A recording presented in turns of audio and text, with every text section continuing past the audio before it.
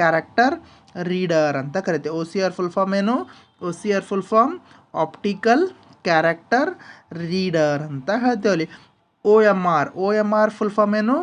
Optical mark reader.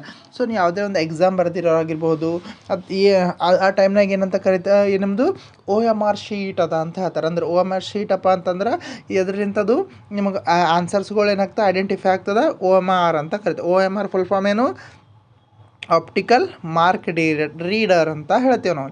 Next ಯಾವುದು? P D L ಅಂತ ಕರಿತೀವಿ.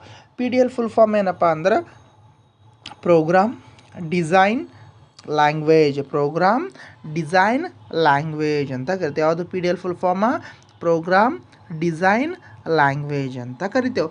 ನೆಕ್ಸ್ಟ್ ಫುಲ್ ಫಾರ್ಮ್ ಯಾವುದಪ್ಪ ಅಂತಂದ್ರೆ ಇದು ಯಾವುದು? ಪಿ ಎಸ್ ಟಿ ಎನ್ ಅಂತ ಕರಿತೇವೆ. ನೆಕ್ಸ್ಟ್ ಫುಲ್ ಫಾರ್ಮ್ ಯಾವುದು? P S T N. P for public, S for switch,